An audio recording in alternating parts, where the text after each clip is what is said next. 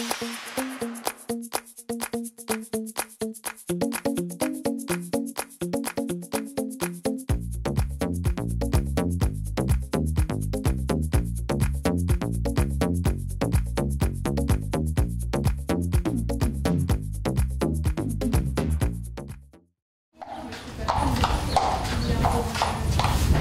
j'aime bien un peu innover, donc les centres aérés classiques où ils montent à cheval, c'est bien, mais j'ai envie aussi, surtout avec des adolescents, là c'est des 12-14, donc de ramener en fait un petit peu autre chose. Ça fait 2 ans que je me suis formée au tir à l'arc à cheval,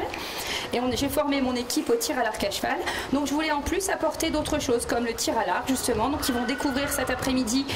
le tir à l'arc que l'on connaît, sauf que c'est du tir à l'arc d'instinct, et donc ils vont pouvoir le faire à cheval. Plus ils auront le cours d'équitation classique, et en plus je vais leur apporter aussi ce qu'on appelle le travail en longue graine, c'est-à-dire ils seront comme si ils étaient à l'attelage avec des longues graines, et seulement ils sont derrière les poneys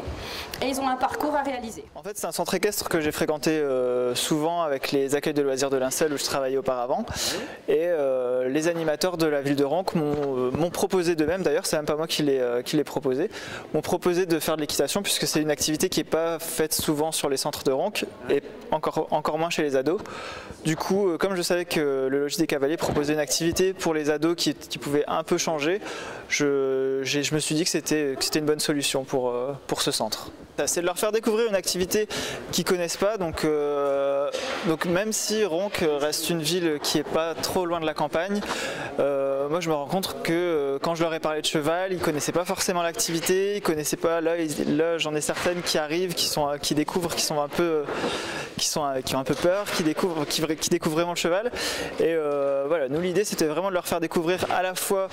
ce côté-là, le côté un peu plus rural, et à la fois leur faire découvrir une activité qui peut être sympa en fait. Un arc est une arme. C'est une arme très dangereuse parce que si hop, ça peut vous transpercer, c'est dangereux. Donc toujours mettre l'arc vers par là. Quand vous tendez l'arc, d'accord? Donc toujours la flèche rouge, la plume rouge côté extérieur.